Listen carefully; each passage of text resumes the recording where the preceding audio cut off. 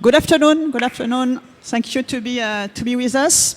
I am Séverine Serrano. I am the Angenieux Sales and Marketing Managing Director of Angenieux. Welcome on board. Welcome on this Angenieux workshop. We are very pleased to welcome you in this gymnasium. Thanks for EnergaCAMERIMAGE to welcome us here.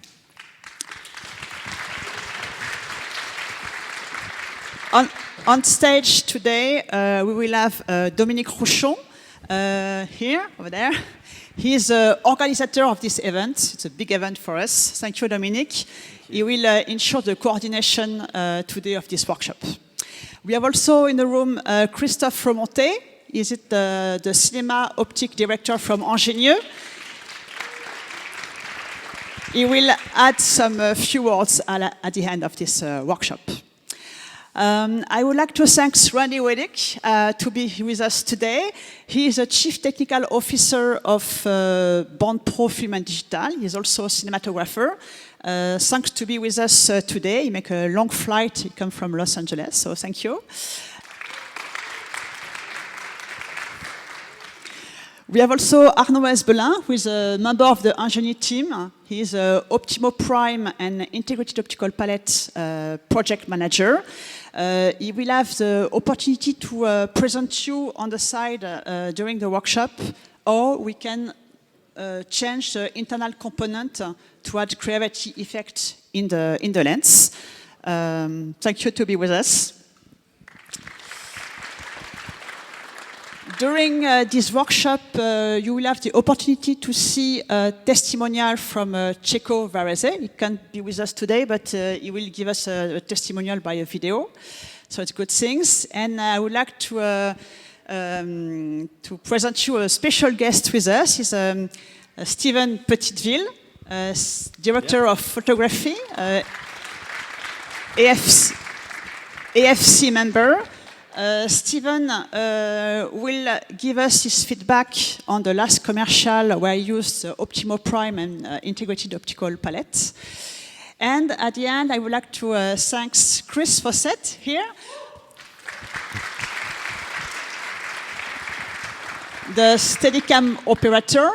You have the chance to present you today the latest innovation of Angenieux, the new Optimo Ultra Compact wide angle. It is the first time we present in the world this product, so thank you. He will present this lens on the Steadicam M2 with exo vest loaned by Tiffen, so thank you, Tiffen, for this loan. And I also, to finish my introduction, thanks Heliograph, the rental house from here, who bring all the materials on the set. Thank you very much for your help. So let's start. I let the floor to Randy and with Dominique. Thank you very much. Microphone working? Hello? Hi. So yeah, I've come out from Los Angeles. I work at BandPro. BandPro is a company that's been selling camera department equipment, just lenses, camera bodies, tripods, monitors, that kind of thing for almost 40 years, and recently we partnered with Angenieux and became their distribution, service, and the entity Angenieux for North and South America. So I've had a lot of time to cooperate with them and also work on these IOPs that go inside the lenses and that kind of thing. So this is an image of basically what we now have with the release of this new zoom lens we'll be showing at the tail end of this presentation. There is the Ultra 12 by, which is the kind of flagship zoom of all major productions that need a zoom that covers, a vast range. And then you have Ultra Compact for something like, when you want to fly in a Steadicam or go handheld. And then also these Optimo Primes, which we have 12 focal lengths. We can show you them as well. And it's got kind of a prime lens, compact zoom, and a large zoom. Unified family, they all have the same basic look. They all match more or less perfectly, and it's a nice package to go out with. I'm going to talk about Optimo Primes. And usually when you hear Angenieux, you're thinking about zoom lenses, and I've got like, you're thinking about these like cool filmmakers running around with zoom lenses, or like these 20-to-1 zooms they're using in Barry Lyndon, or just you've seen a 12 by on like every big shoot you've been on, like Bill Bennett shooting a car commercial here, and we do have that Ultra 12 by. It's this massive lens, but there are also a history of Angenieux making primes. I'll show you. This is an Angenieux prime, also an Angenieux prime, and these are like used in some pretty famous movies. Touch of Evil is one that you can think of, and these are like vintage primes. This record store scene in Clockwork Orange, but these are. Now I'm going to talk to you about the modern lenses here. So what the Optimo Prime does is it basically takes this, all the characteristics of this gorgeous Optimo lens, the 12 by, that's this massive tank, and it has a very special way to render color and light and detail, and shrinks it down into something that you can run around with really easily. I'm wearing the same shirt today. That's funny. So here's an Optimo Prime, and I'm just sort of going to talk to you about what like the idea behind it is. And we have two sets here, and one of them is basically these sets, and this camera on this side are lenses that have the factory look installed in them, and then these lenses and this camera over here and this monitor will be showing modified lenses. So the lenses are designed to be modified, and I'm going to go over how that works. So kind of one of the secret recipes of Angenieux is that the image quality is designed in a certain way in which it favors a lot of resolution, but at the same time, it renders it in a low contrast way. So that's like a pretty sophisticated topic, but basically it allows you to kind of record really excellent detail, but not overload these digital sensors with too much detail. Also, the lower contrast look allows for some really interesting flares, and it kind of allows you to squeeze a little bit more dynamic range into a digital imager. The other thing that is really well known about these is that the Optimo family is really well known for its color, and it has a very true color reproduction, and that feeds excellent color information into your sensor, onto your piece of film, whatever. And then this fourth point here I have is it's beautiful skin tone rendition. This is really just a side effect of 1, 2, and 3, or A, B, and C here. High resolution, low contrast, true color reproduction. If you add those up, you're going to end up getting beautiful skin tone rendition, because you're going to have the ability to get all of the various tones, translucencies, the warms, the cools, all of that from somebody's face. And it's going to be presented in a detailed way, but it's not going to be overly so. One of the things you get when you shrink a massive zoom lens down to a prime is you can focus on just one focal length.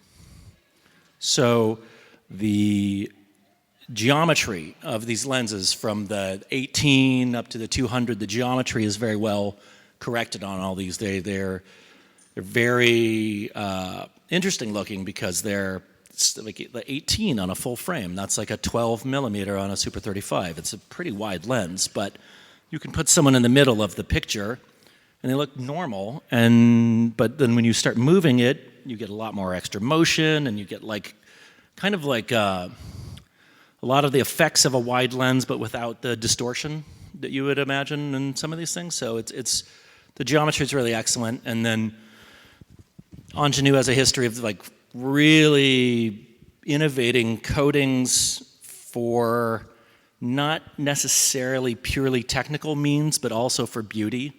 So they have And this is tied into this low contrast look. So the flares are designed in a way that they look cool, you know, and they look interesting. They're cinematic. They get some white wash, you get some rainbow flares, you get, you know, it's very interesting.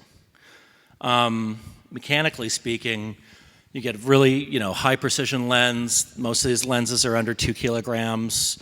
All of them except the 200 millimeter or 95 millimeter front ring. So they're designed to be like a one-handed lens that you can do an easy lens change with. It's not like a enormous full frame lens like some of the other ones out there. So it's quite small. It's the size of, you know, like many Super 35 lenses. All of the lenses have identical ring spacing. Some of them are longer. But the iris and focus rings are in the same place, so when you want to do a quick swap, you don't have to move your motors around or anything. They all have a 320-degree focus throw, which is a good amount of precision for when you're pulling focus. A PL mount, and they cover full frame, VistaVision. I recently did a projection test and found that I wouldn't say they exactly cover the Alexa 65, but they will make almost all of them will make an image out to the edge of the sensor on that, which is pretty interesting. It's not exactly like a flat field image, but it does cover. They also include the /I metadata encoding in the PL mount contacts, as well as with the 4-pin LEMO connector if you need to feed out to like a virtual set encoder or something like that, special effects vendor. And they also have this IOP, and the IOP is an integrated optical palette. So what this means is you have the ability to go into the lens in a clean environment with a lens tech during a prep, not like on a, you know, school gymnasium, but we're going to do it anyways.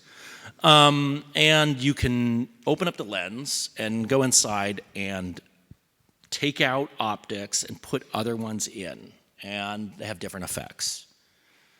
The reason behind this is so that you don't have to buy a set of master primes and decoat them, or you don't have to like go hunt down vintage lenses that have this one specific look, and then you know, and get them rehoused and wait 2 years to get them rehoused, or you know, buy a normal set of lenses that have this one crazy flare to them and hope that like stays profitable for many years.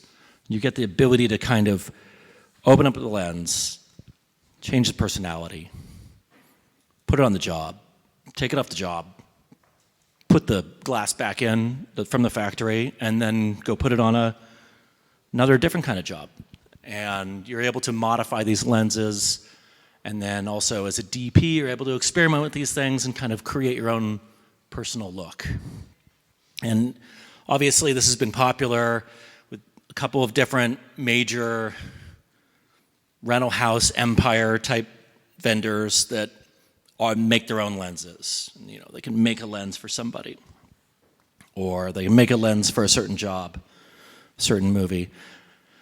But a lot of rental houses don't have that ability, and they would like the ability to have a beautiful, super high-end lens that they can then customize and then return to its original look. So that is the integrated optical palette is. And you know, it's a palette. Angenieux is a French company, and painting and French Impressionism and all that. So this is kind of a rendered view of what goes on, but at the end of this presentation, after all of it, I'm gonna have everyone come down, and we can like screw around with the cameras and shoot and try different lenses and get your hands on it. And also during that time period, Arnaud is going to be over at this desk here. If we have any lens techs or any real like lens savvy people that are interested in the mechanics and the optics of it, we're going to disassemble the lens and take all the pieces out and show you that it's not incredibly difficult.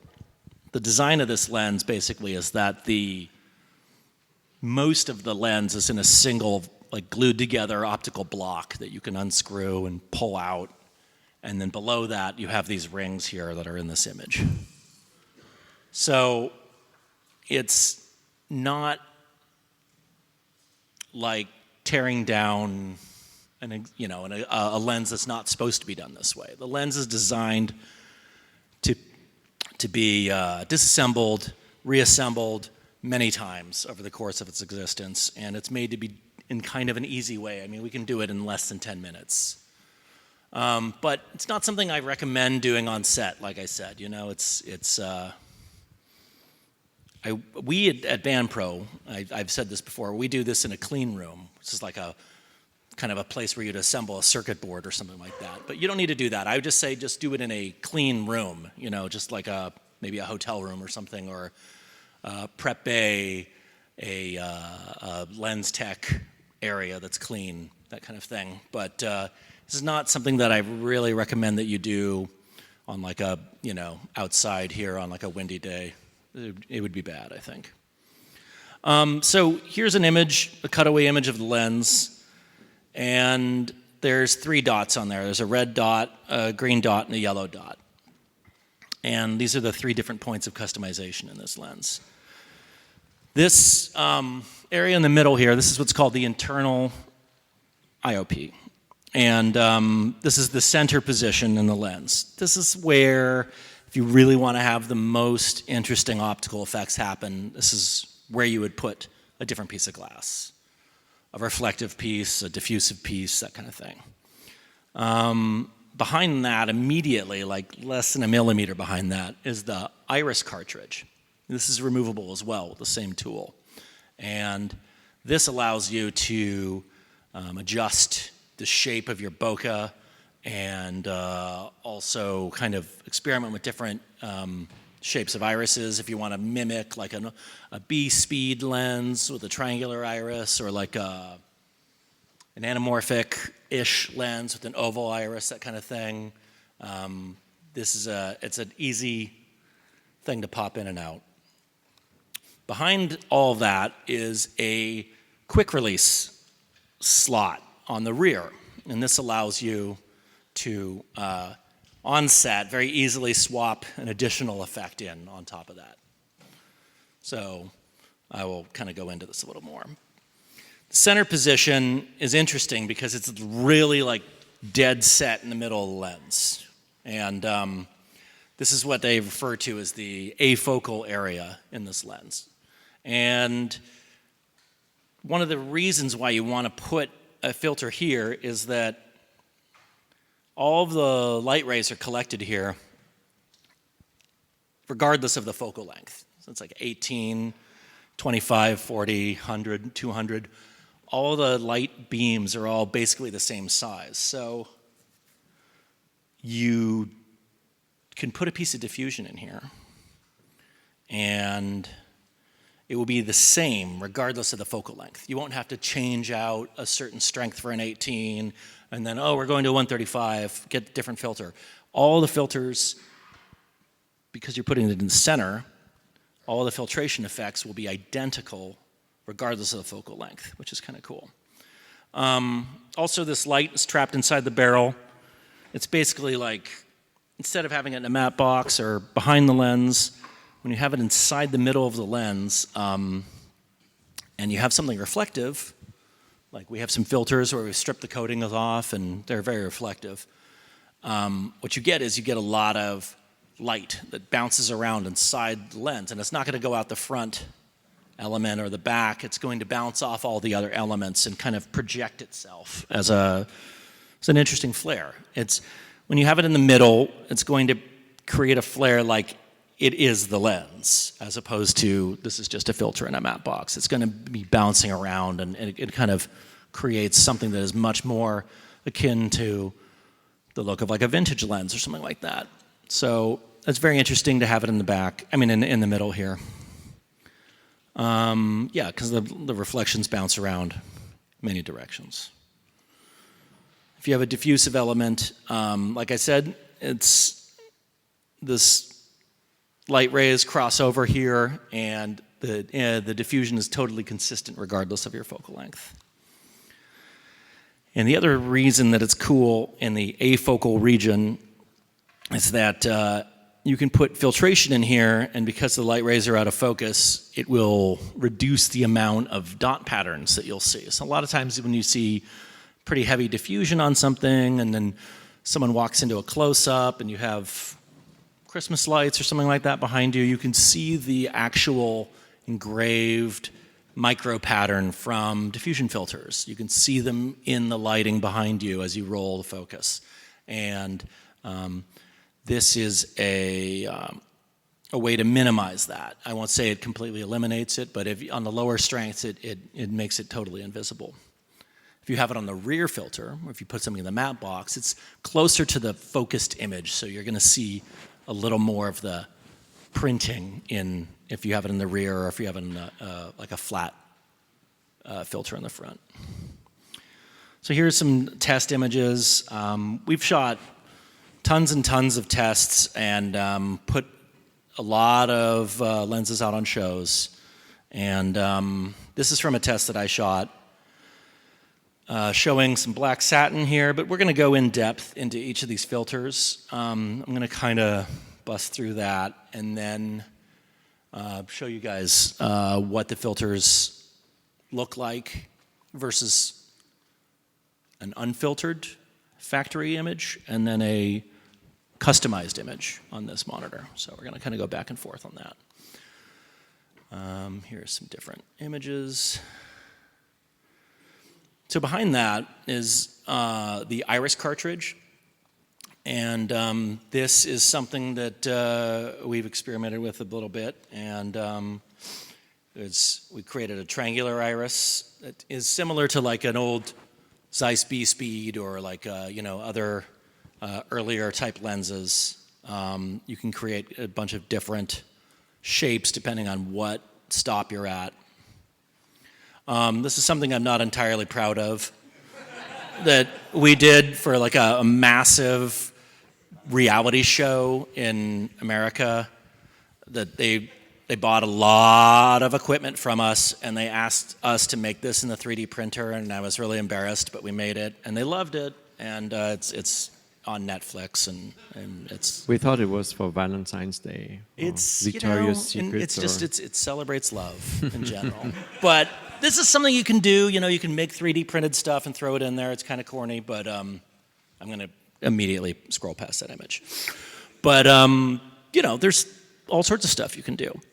And then the rear palette is something that is basically you can screw on and screw off in 15 seconds. So that's akin to something that you can adjust. And what I found people doing is they settle on a look that they like in the center position, and then they can throw a modifier on the back. And a lot of times what I've seen people do is they would take like stockings or like a fagol or something like that and put that onto a mounted holder, and then they could just click, click, click, click, because it takes a long time to like get that like snot tape and the fagol and all that stuff. Like it takes a long time to get that ready, but with these holders you can just unscrew one and pop it on, keep it ready for the whole set. So that's kind of interesting. The rear palette also, the light rays are further apart now, and because of that, so this is interesting. Kind of jumping to the side here, but the internal IOP, because of the where the light rays are, I would say it's about twice as strong, or I would say the rear filter is about half as strong, but it really depends. What's interesting, because this palette is inside the lens, inside this tube, it's really dependent on how much you backlight it. It's not super consistent. If you're really like panning across an image and you hit a light here, you're going to get a ton more effect off of the center and the rear filter because of they're kind of enclosed in these tubes. They're not like out in front of the lens. But in general, I would say that the internal IOPs are about double the strength of the rear. But okay, so back to this discussion about size and shape. The orientation as you get to the back of the lens. The light rays are separated. You have up, down, left, right. It's obviously inverted, but what you can do here is you can have an effect that has more of an effect in the center than on the edge. You know, you can do some sort of like vignetting, or you can do, there is something that we have here called a vintage filter, which is sort of a loaded phrase, but it is an optic that is thicker in the center than it is towards the edges. And what that would do is that will create a variation in the focal plane. And that allows you to kind of put an image in focus in the center, and then it slowly drifts off to the edge. And that's something that's like really desirable in older lenses with less geometry correction, less aspheric elements, older designs. People like a lot of this field curvature. It's a fun thing to play around with, and we have some stuff that Steven shot with that. And also, yeah, like I said here, it's a quick swap, and it is also can be a modifier.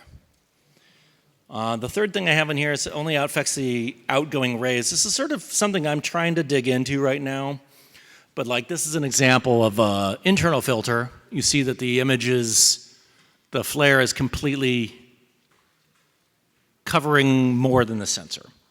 And then with the rear filters, there's like, the way it's going out the back of the lens, it seems to kind of shape some of these light flare clouds and stuff. So there's a little, like, it's kind of like nitpicking, but I mean, when am I going to find another audience that is as nitpicky as this, right? Like, you guys are the right people to talk to about this. But there's a different shape to the light that comes out of the rear filter, and I can show you guys that when we do the live demo. Angenieux primes were used to photograph the whale, which is being shown here. And I have not seen too much from this movie, but I hear it's very good, and you know, I have a lot of respect for Maddie. And also, there's another show coming out on Prime called Daisy Jones and the Six. This is done by Checo Varese, the DP. He and I worked on, I stopped by his test, and he had like literally the biggest lens and look test I've ever seen for a television show. It was like a stage 4 times the size with full built sets, rigged lights, like a rock and roll stage with 50 park hands on it, dolly with a crane, remote head, all the operators, 15-person G&E team, sound, the whole thing. And they had 16 sets of lenses out.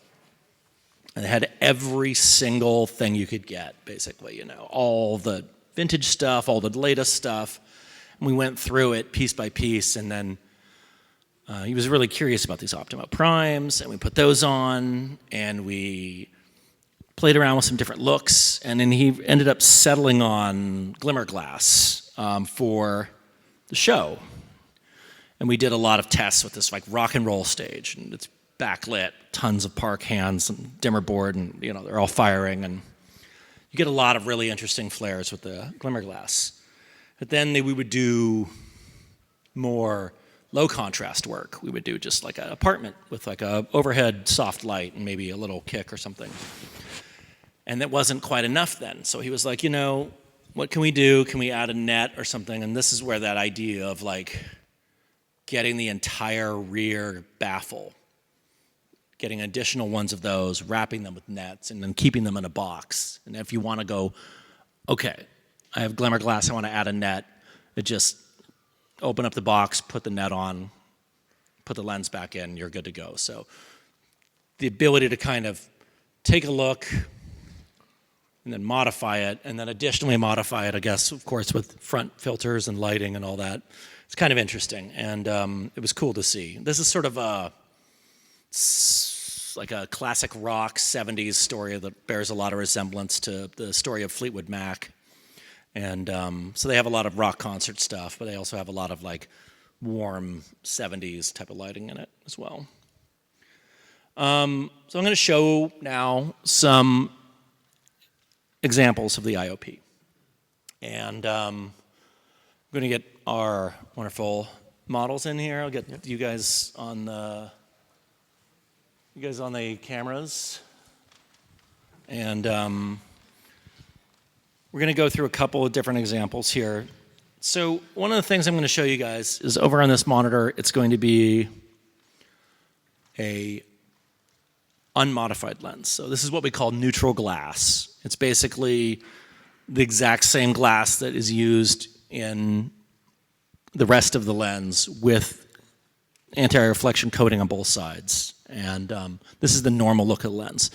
And then over here on the right side for all of these, I'm going to show you a modified lens. And this is, all we're doing here is we're taking out one piece of glass in the middle of the lens and replacing it with just like sort of a uncoated piece of glass.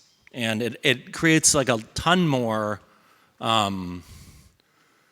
interesting flaring effects, a lot of colors, that kind of thing. And it's pretty interesting that just one modification, changing out one piece of glass with two surfaces on it, a front and a back, that don't have flare coatings, will create such personality to this. I could go along pretty deeply into all these, but after some discussion, I realized that it would be a lot more interesting if I kind of went through each of these and then would have you people in the audience come down and operate the cameras and use them. So I'm not going to go like, I'm not going to spend like 15 minutes on each optic. But what I will say is that the uncoated, I've done a lot of tests on it, and it adds a lot. It takes the normal image that you're getting here, and then it adds a ton of flare and glare, but it does no diffusion, and it adds, I mean, it adds no softness to the image, but it adds a lot of interesting colored veil, and it picks up a lot of extra light from the environment. And it's a very simple change, and for me, it's kind of become my favorite, because it keeps so much of the beautiful personality of the Angenieux lens, but it adds this kind of, you know, really, really cool look. And like I said, this is like 10 minutes per lens. So like if you're doing a checkout and you like this and you have the, you know, there's the time for it, you can get this done in a couple hours and get the whole set up this way. Yeah. Here, Randy, the IOP is installed on the 18 millimeters, right? Right. Okay. Yeah. So yeah, we've got on this side. This is the one with the uncoated, and this is with the coated lens here. So I mean, they're pretty similar geometry lenses. Can I have you come a little closer? Actually? So we have two Sony Venices. Yeah. So these are both Venice 2s. They're shooting at 800 ISO. They have one stop of ND in there, and we're shooting it at 2. And we're going to shoot it at 2 basically throughout the entire thing. The lenses open up to a 1.8. I can open up to a 1.8 as well. But so you'll see like the personality of this lens. It does have some cool veiling glare here, and we can generate some, I can use like a flashlight. We can generate some really interesting colored flares and stuff. As it is, the lens is smoking. Like it looks exactly like a Ultra 12 by, but instead of being a full frame lens that's a 4.2 or the zoom lens being a 2.9, it's a 1.8 lens that's very small and can fit in a, you know, very, very mobile package. And on this screen, so yeah, this is where we have the IOP encoded. Yes. Right? Yeah. So you know, I'm gonna can you just kind of just pan around with this right side camera and just open up some flares and kind of just discover some, like do some panning and tilting on this one. I mean I can do it as well. No camera. Yeah. You'll see. Yeah, exactly. And then just kind of open this up here to tilt it. Just kind of, move around and you'll see that you can, as soon as we hit this other flary light here, we pick up so much more flare, but when we're not doing that, the lens doesn't look that different. Okay. Yeah. I'm going to jump to the next one here. So that is Black Pro Mist. So do you guys want to get those 24 millimeter lenses up?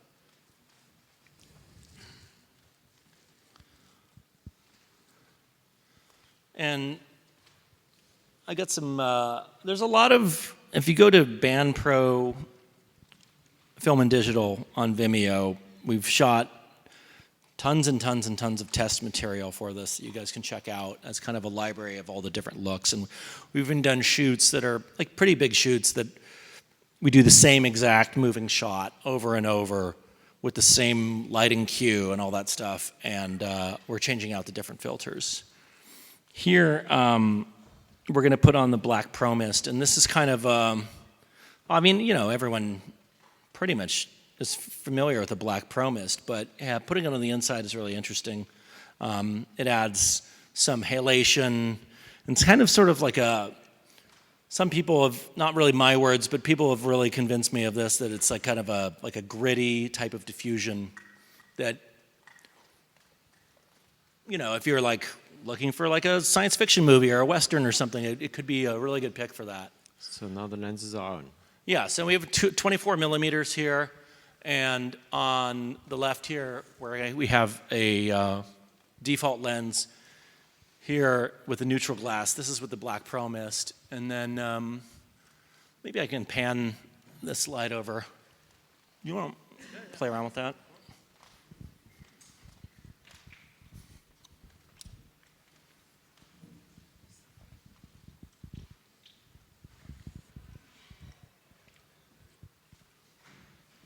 Yeah.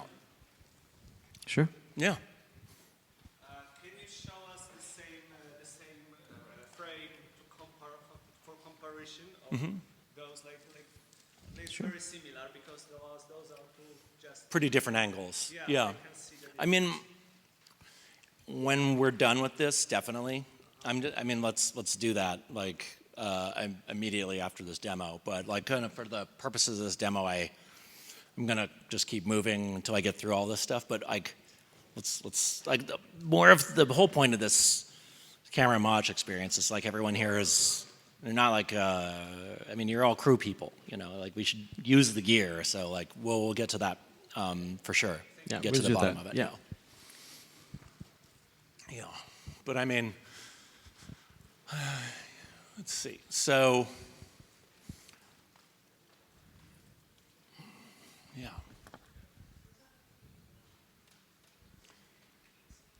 But this is just like going to be like a taste of what these filters do, and then we can kind of move the actors around. We've got this really nice lighting crew here. We can change the dimmer board out, all that stuff. So I'm going to keep moving forward though. Black Satin, which is going to be on the 21. 21. Okay, Yeah. please, gentlemen. And so Black Satin, this is like kind of really, it's a very like luxurious kind of silky diffusion. And this isn't necessarily just, like these are things that we developed in collaboration with Tiffin. But what I find is that they don't look like a front matte box filter. When you have it inside the lens and you're lighting it a certain way, they pick up a lot more extra personality. One of the things that's really cool about this is that it's not limited to just like what's in our sales sheet. There's a lot of ability to kind of get creative with this, work with rental houses, work with optics manufacturers, work with other vendors and kind of create your own looks that other people or other rental houses or other DPs don't have because you've kind of like built it up on your own. And that's something that we're really behind here. We really believe in. Okay. You guys Lenses up? are on. On the 21? Okay. Yeah, so let's see here if I can, see if I can find something that is similar here. But in this one, so the black satin, we'll go back to it, but black satin, also what I found was really cool, I don't know if this is gonna have a huge impact commercially, but when I desaturated the image to black and white, black satin looks like almost exactly like the flaring you'd get on like a Super Baltar or like a older 50s era lens. It has like a really cool silky halation, but I could also, see this, and bear in mind, these are all 1/8 strengths. Like this is quite turned down, and it's still, it's very interesting looking. So yeah, I mean, I would say like, this is the one that has probably the most softening and the heaviest blooming and the flares, and you could find a use for this, I think. After that, glimmer glass is probably, I would say, the most commercially successful. This is going to be on the 50. We're going to do a little kind of a relight to more of a low contrast look and kind of change the blocking a little bit. So I'm going to talk for a little bit, but glimmer glass is kind of far and away the most commercially successful thing we've had. We've sold probably 4 times the amount of glimmer glasses we've sold of the other IOPs. And there's something about it that's like, it has a lot of the features of all these other different filters, but it's a little more subtle. And one of the things that glimmer glass does is it picks up a lot of color and a lot of off-axis lighting and RGB lighting. It picks up a ton of color and washes it over the scene. And that's really pretty interesting. And it's also like not very over the top in terms of its flares. It's a more controlled flare. But the part about it picking up more light on the, picking up more color on the set is something, I don't know how it does it, but it's very interesting. And I'm gonna have a video testimonial here from Checo Verese. He is on set, he's shooting a new show, and it's also on Optimo Primes. So he's pretty into it. This is his second show in a row shooting on Optimo Primes. Good evening. Sorry I cannot be there. Sorry I cannot be there with you guys. It's an honor and a pleasure to be here with all my friends that are looking at me and saying, what are you doing? We're shooting a show called Under the Bridge. It's based on a true story, a tragic true story that happened a few years ago. That's as much as I can tell you. Did some tests today, not that I travel all around the world with lights and backdrops and camera, we just happened to be doing a test today, and we chose the Angenieux primes. We're gonna use an internal filter for some scenes. It will be the glimmer glass. And I love the way these lenses sort of envelop the characters. And I do believe lenses are animated things. Lenses are alive. If you ask a lens to do something, the lens is not happy, you will know right away. If the lens is not happy at a 2, you will know right away. So there is a dialogue between a cinematographer and a lens that comes from understanding what the lens wants and what you want from the lens. Most of the time it's a love story, sometimes it's not a love story. And I think the Angenieux have this sort of bubbly quality of sparkling champagne. Thank you. I mean, that's how you do it. Yeah, so I love Checo. He's a funny guy. Low-con is something we have here. Oh wait, we're going to look at the glimmer glass, yeah. Good. So I will go back to the glimmer. There we go. So yeah, this is the glimmer on some 50 millimeters here. Let's get this Astera in the middle, maybe, and see if we can pop a little bit. Now, the thing about the glimmer is that it is pretty subtle. Maybe we can crank up some stuff, but let's see if we can kind of see the difference here. Yeah, well, see, if you look at this on the left here, you can see that the coatings on the Angenieux are totally holding this colored over exposure here, and it's giving you a little pleasant flare over here. And I think like a lot of the reason why this filter is so popular is that it's like, it's not hammering you over the head. It's like like the exact lens that you like, only a little nicer. So, you know, I don't know why, but people love the glimmer glass, and I'm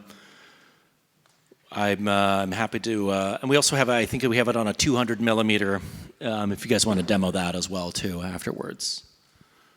I'm gonna just sort of kind of hunt around the set here and see if we can find anything else that's a little more interesting. But yeah, so I mean, you're getting a little bit of this like kind of circular flare in the middle there, and you're getting a lot of this kind of halation around those LED rings on the wall. And then I have this like awesome flashlight, Amazon special here. And you can use this to pick up a lot of interesting, like if you have like moving shots and you have like kind of, you know, interesting lighting rigs and stuff as you walk through things, this thing really tends to pop color. I don't really know why. I don't know enough about the glimmer glass, but it's pretty interesting that for some reason it seems to pick up a little more of the colored lighting, and we can play around with that in the live demo portion of the day here. I think we're going to go to low con, which is the 75, right?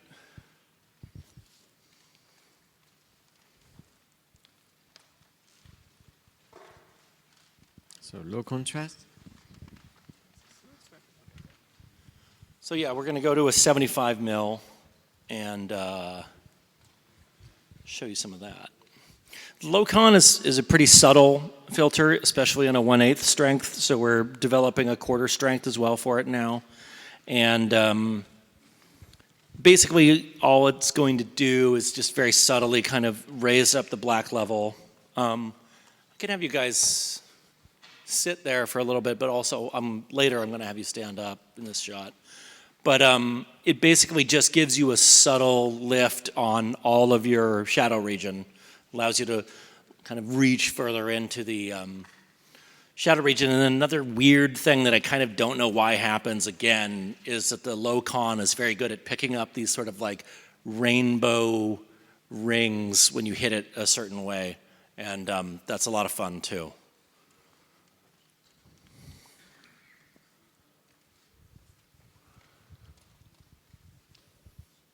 And this is another filter that I'll also have in a rear filter. So this is kind of like an additional subtle effect, but you're like, oh, I like what I'm doing with the glimmer glass, but I want to lower the contrast a little bit. You could clip a low con on the back and kind of multiply the two effects together, which is interesting.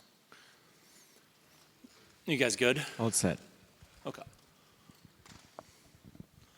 Yeah. Let's see if I can find that shot I was looking for. I think, like I said, this low con 1/8 is pretty subtle, and maybe we'll have to have them stand up. I think it's better if they stand. If you guys stand and kind of like along this yellow line here. And wait, you guys, Peter, can you help me out with this operating here real quick? No, it's cool. It's fine. I just want to get like a low angle shot here. I think I was playing around with this, but it's also some of these like consumer grade monitors that were on here.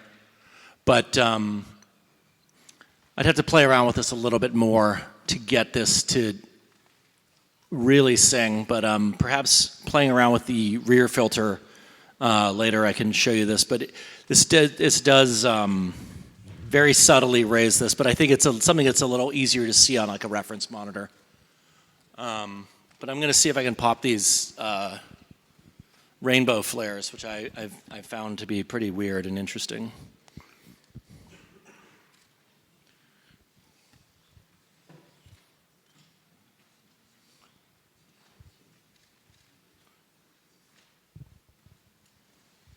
Yeah.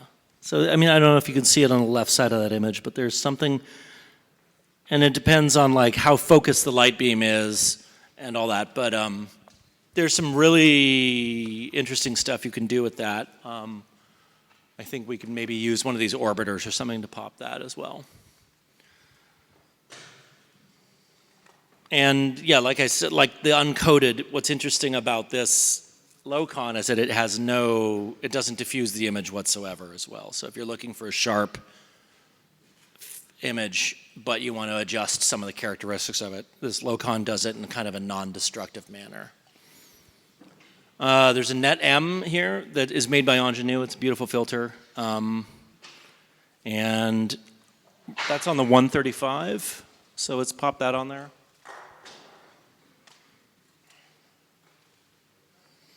And this is a pretty strong effect. It's pretty cool.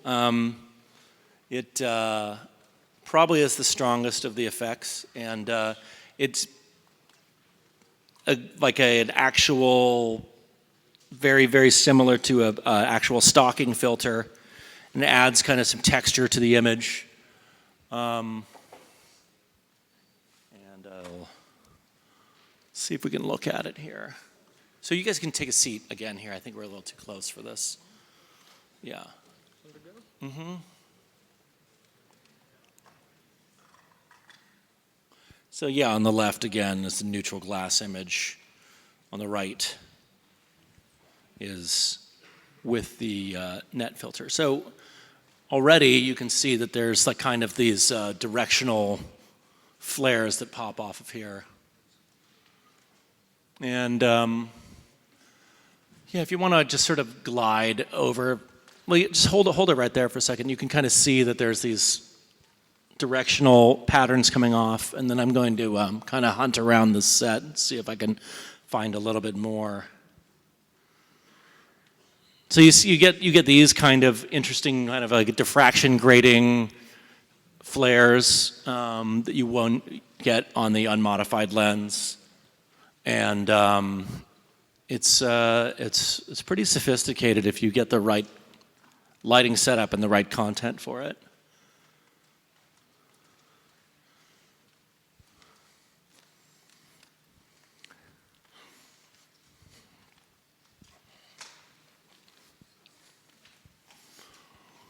Yeah, sometimes it'll blend into the background, and other times when you're hitting it with like a stronger backlight, like maybe over here,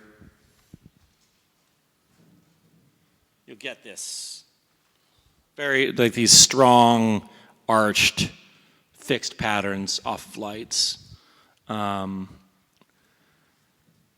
Like behind her head there, this is kind of cool.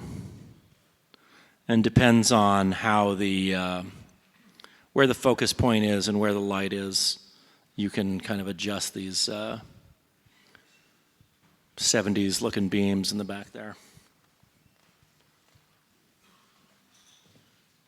The other thing we have is a rear filter. Don't have a lot of rear filters to show you, but I'm going to show you this one. This is on the 100 millimeter. And in lieu of showing you my demo footage, we're going to show you Steven's footage here from his Amex commercial. And then I've got a bunch of stills and video clips that we can kind of walk through quickly.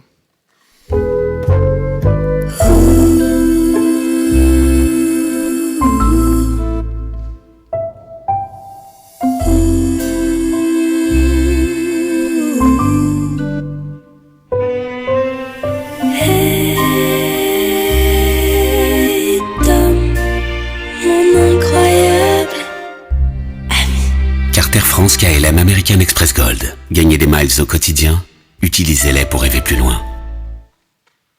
So, Steven, you want to come on up? Please welcome Steven. Yeah, Steven Pettyville. Thanks, Randall. Hi. Yeah. So Steven's an AFC member, and he's recently used the Optimo Primes and used the vintage rear, and you kind of created some like extra fall off and kind of bokeh texture. We were kind of talking about it at that party last night. So Yeah. I've got some still images here and some Great, video clips great. you provided me. Maybe you can give it a whirl. Okay, yeah, hello. That's impressive. So yeah, when we started this to think about this commercial, we had several constraints. Like we knew already that working with the little girl, we will have to be moving around, so everything has to be on a gimbal and being reactive and not really handheld, but still moving around. So we needed basically short lenses, lightweight that we can mount on a gimbal, and also having a really good close focus, because most of everything we were like chasing her a little bit, which I hope we don't see too much. But and in the other hand, that's all of the need of the modern lenses that we needed, but also wanted a look that was a little more like round and giving some fall-offs and stuff like that. So I've heard about and being really happy that the IOP was available and just arrived in Belgium where we shoot. So we tried a couple, and I ended up with the vintage rare, which basically gives, if you look up on there, those bokeh in the back, that's one of the main things that you can notice. It gives a texture. So it's not only giving the fall off, but it also gives a texture to the lights in the background. And when you move around with the focus, if you get one of these outtakes, maybe speaks a little more. Yeah. But yeah, this is also because of the construction of this filter is like a bunch of pieces of glass glued on top of each other. So you're kind of seeing that imagery there. Yeah. Do you guys? Can you guys kill these two side lights? Can you get these the two high ones? Just these guys, right?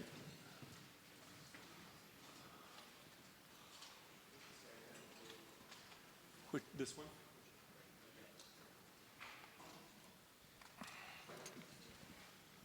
Yeah, we're just and then maybe also this one. We'll take this one. Let's down get more 5%. intimate. All right. So yeah, so you can tell on the side all those bokeh gets, and the shape is changing a little bit, and the texture is adding. Yeah, and as you move the camera, it changes as well. Yeah. And you want me to show some of this video? sure, yeah. Is this video? Yeah, probably.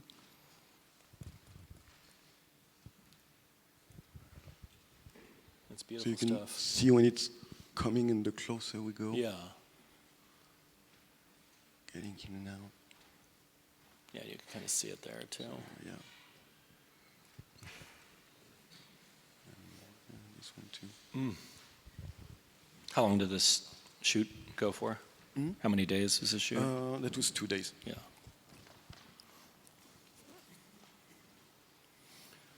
And then you were saying you felt like it picked up some more warmth as well, possibly? Yeah. So those bokeh are the main ones and the one you can notice the most. But while we were like side by side, and you're probably gonna love to test it afterwards. Yeah.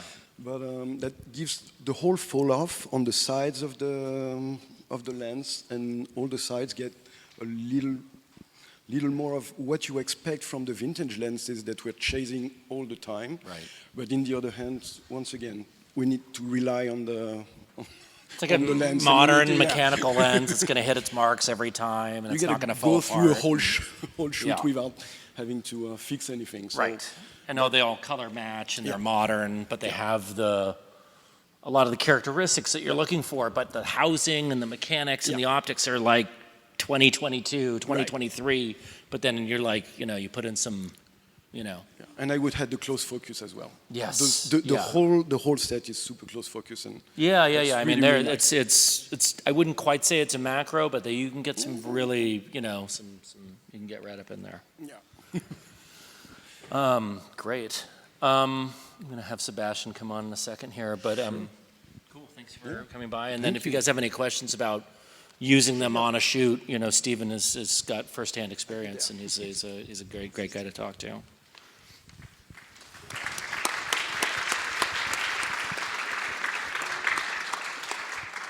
We're gonna have Sebastian come up here.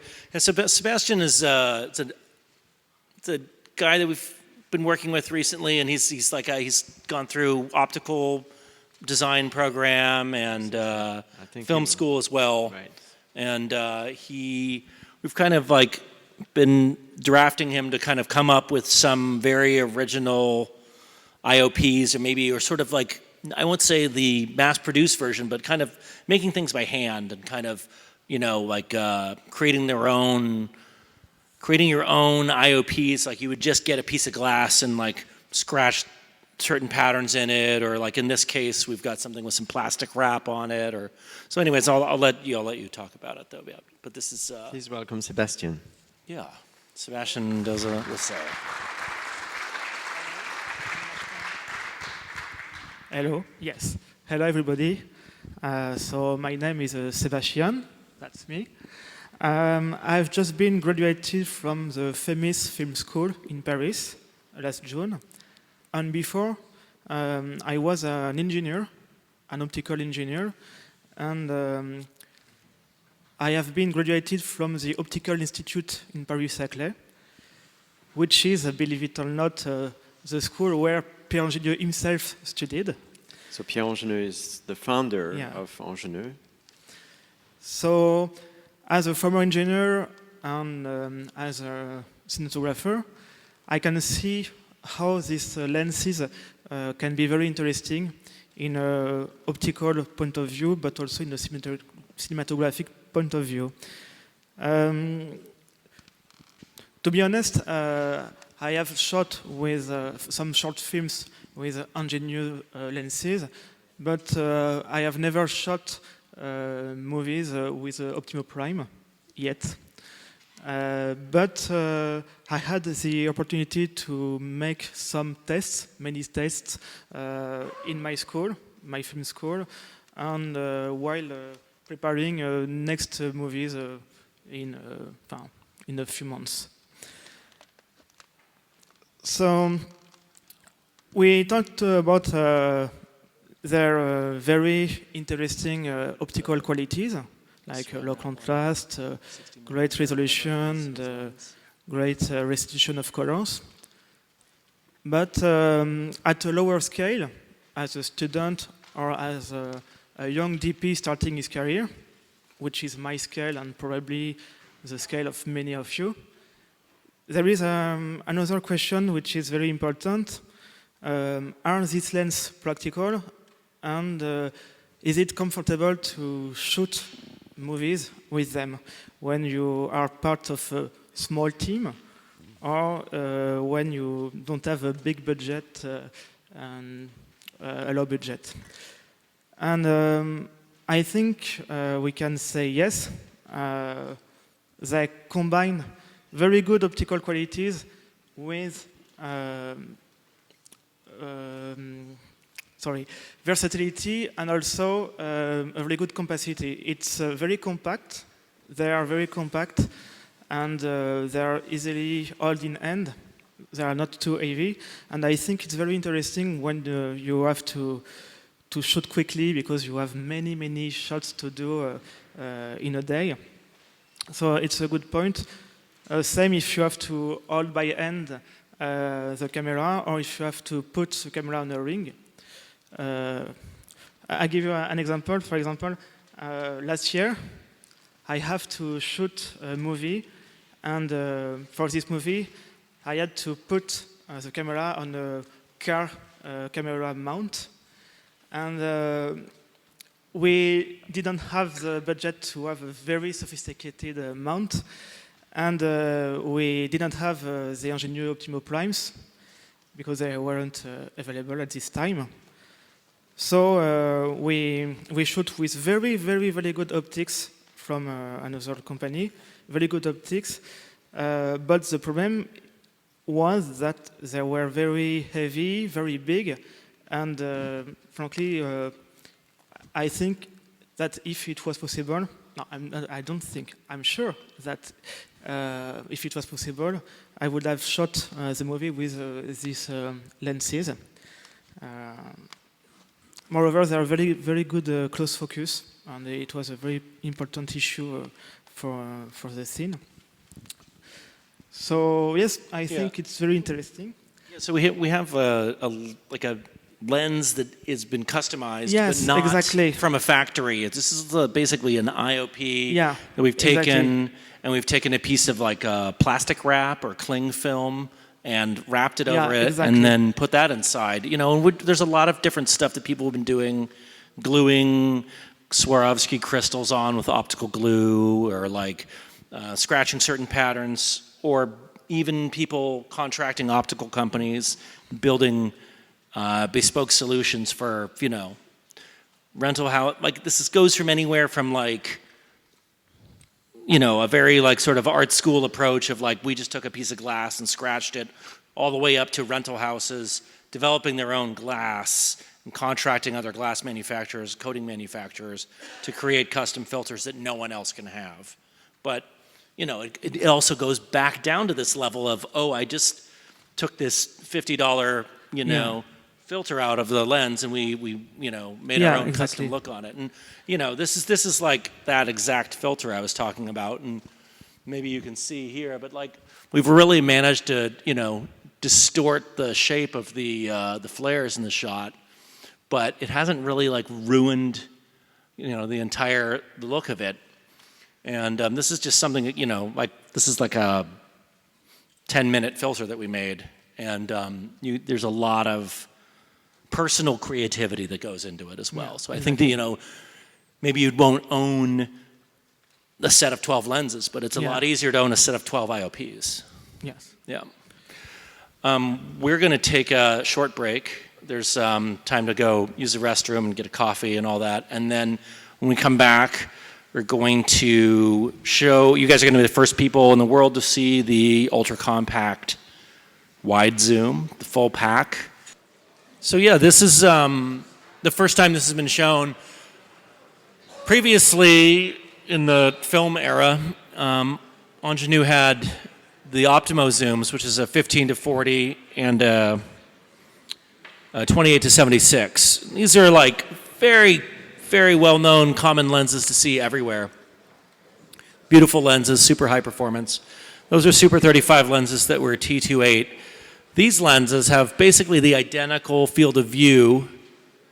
A 28 to 76 translated to full frame would be a 37 to 102. And similarly, this wide lens is a 21 to 56. Now those Super 35 lenses were T28. These are full frame lenses that are T29. I mean, T29. So they've increased the coverage area by 100% and have only lost a tenth of a stop. So there's obviously some very, very high level optical engineering going on. Do you want to put the image of the Steadicam up to the top there? Could we have that image of the Steadicam? Yeah. Thank you. Here we go. Yeah, all right. And if you guys want to kind of like move around and do your thing too. So this is another part of what makes, you know, Angenieux so amazing is their zoom lenses that aren't a sacrifice. They're so cinematic and beautiful that, you know, you can use them along with any prime, and they don't draw any attention to themselves. In fact, they're just really desirable art-making tools. So these lenses have what's called an interchangeable rear optic. They don't quite have the same flexibility as the IOP, but that's because there's so many moving parts, and the image crossover changes position so many times, and just the design of a zoom lens would make that impossible. But they do have something called a IRO, it's the interchangeable rear optic, and that allows you to go between a full frame coverage lens that's a T29 and like a U35 open gate Alexa 35 coverage lens that would be a T29. 2.2. And they both would have the same field of view. They would just cover different sensors. So 37 to 102 with that becomes a 28 to 76. This lens at 21 to 56 becomes a 16 to 42, slightly a little bit bigger than the 15 to 40, but that's because it covers not Academy film S35, it covers U35, which is the Alexa 35 open gate format. So it's a very flexible lens, and it's just a really gorgeous lens. They've really changed. It's not like just taking a 28 to 76 and putting a magnifier on it. It's a completely redone lens that they've changed the way that the barrels move and the way that everything is attached. It's a much stronger lens, and it has this secret recipe that I was talking about in the beginning, which is a high resolution, low contrast, true color rendition. And like I said, you add the three of those things together, then you get the obvious result would be amazing skin tones. Very low distortion, there's no ramping, and it's a nice compact lightweight tool. And you know, it's a 21 to 56 in full frame. It's a really nice size for an application like this. And we are excited to launch this lens. So now we have the entire family. Now there's basically like everything. You've got the Ultra 12 by that covers your big A camera that's on the remote head or whatever. You've got the two zooms, the wide and the medium zoom, and then you've got the series of 12 primes that all match.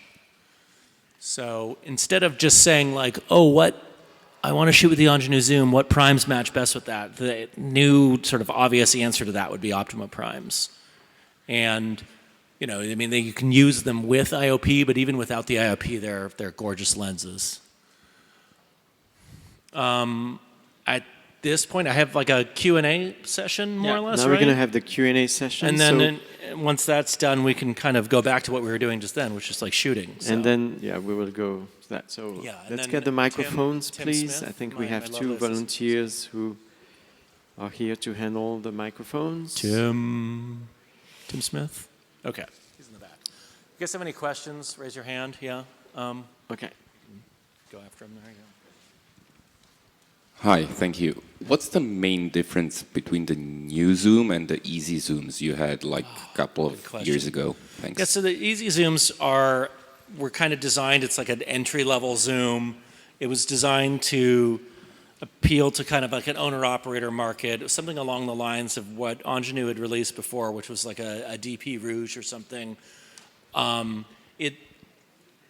The coatings of those lenses are Angenieux coatings, but the design, the build of that lens is built in Japan, and Easies are probably like one of the most successful products we've ever had, and it's an awesome lens. But if you need to be at a higher performance level, if you're going out to a big screen, if you're making a movie, if you're shooting special effects plates, all that stuff, the difference will be pretty obvious in between the two. The resolution from the center to the edge, the consistency is much higher on these zooms. The light fall off, the light performance is much more consistent.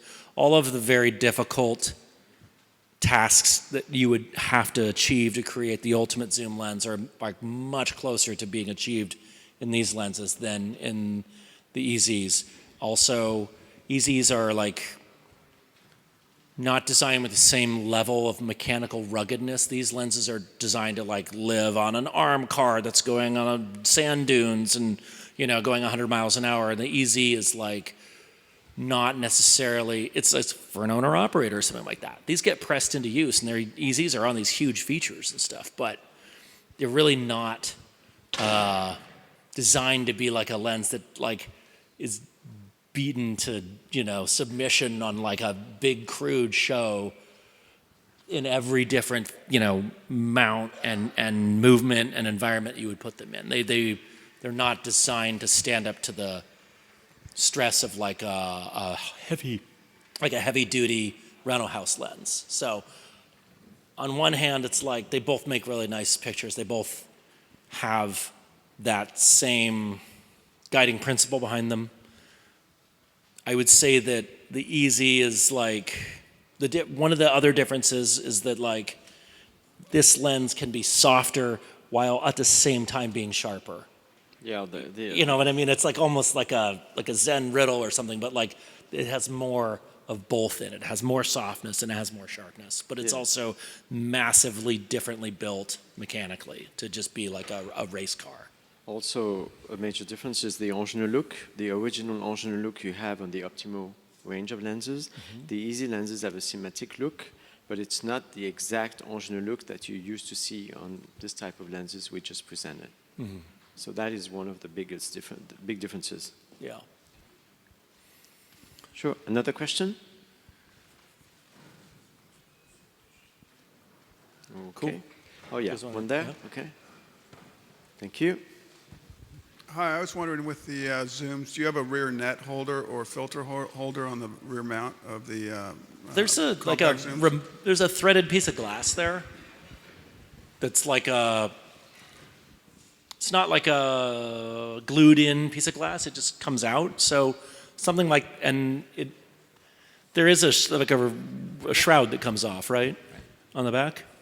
Right. Yeah. So there's a removable baffle and a threaded glass insert.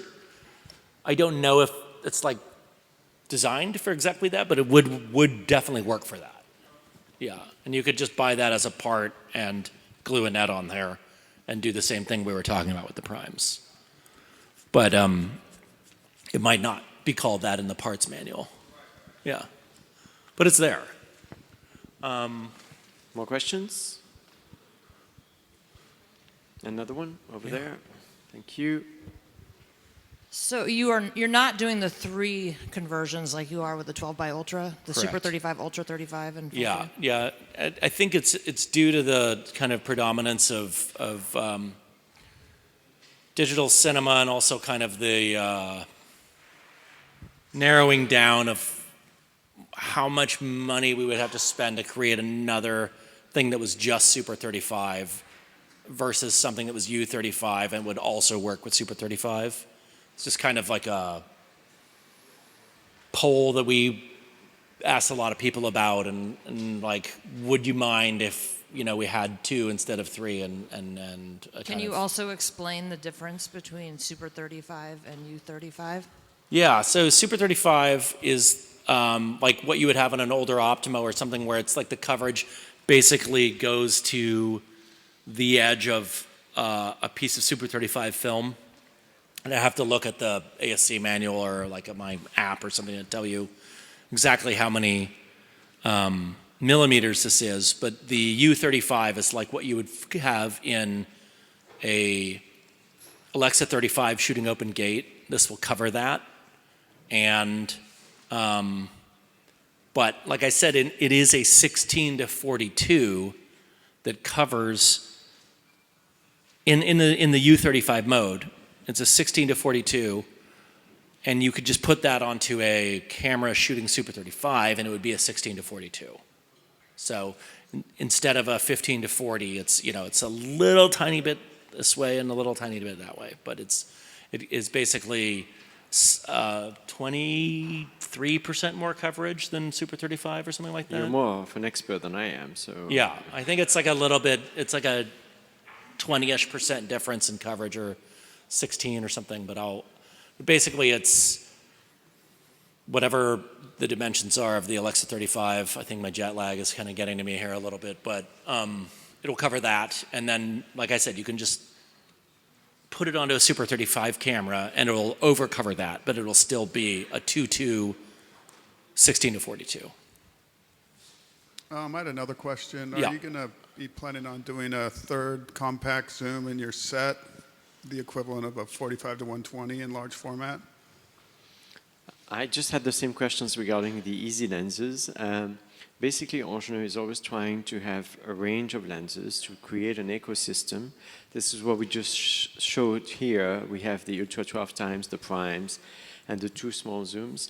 So you're right, we had a 45 to 120 in the past. So of course, we are always trying to increase and to enlarge our range of lenses and make sure that we provide the best focal lengths possible for your activity. So I can tell you that now there will be another lens, a third lens, but I can just tell you that we're always brainstorming and always preparing the future with more lenses. So more lenses to come for sure. But I can tell you now, yes, we will have a 45 to 120. Say that again? Same thing. We always try to increase our range of lenses. So we have 2 lenses for the easy at the moment. Who knows if we will make more in the short future. That is very possible. We are always contemplating the market and try to, it takes us about a year to present a new lens at this point because we have very fast design processes and simulations. We don't make prototypes anymore. Now we have simulation systems that allow us to go very fast, and this lens is the example. This is the generation in which we stopped getting prototypes and we just get production lenses now, which is really interesting. We try to be as reactive as possible, and for sure this range of lenses will keep increasing. More questions?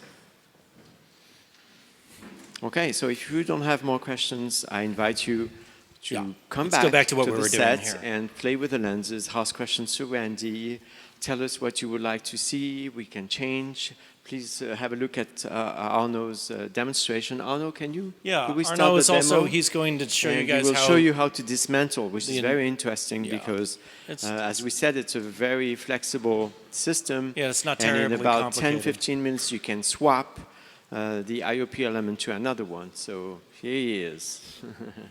Thank you, Arnaud. You guys, and also, I mean, feel free to hang out. Right. And before we do that, I just want to thank very much the Festival of CAMERIMAGE for their amazing collaboration. We are pleased to have you here. And I would like to give the microphone to Christophe Remontet, who is the Managing Director of the cinema activity at Angenieux, and he will just tell us a few words. Good afternoon.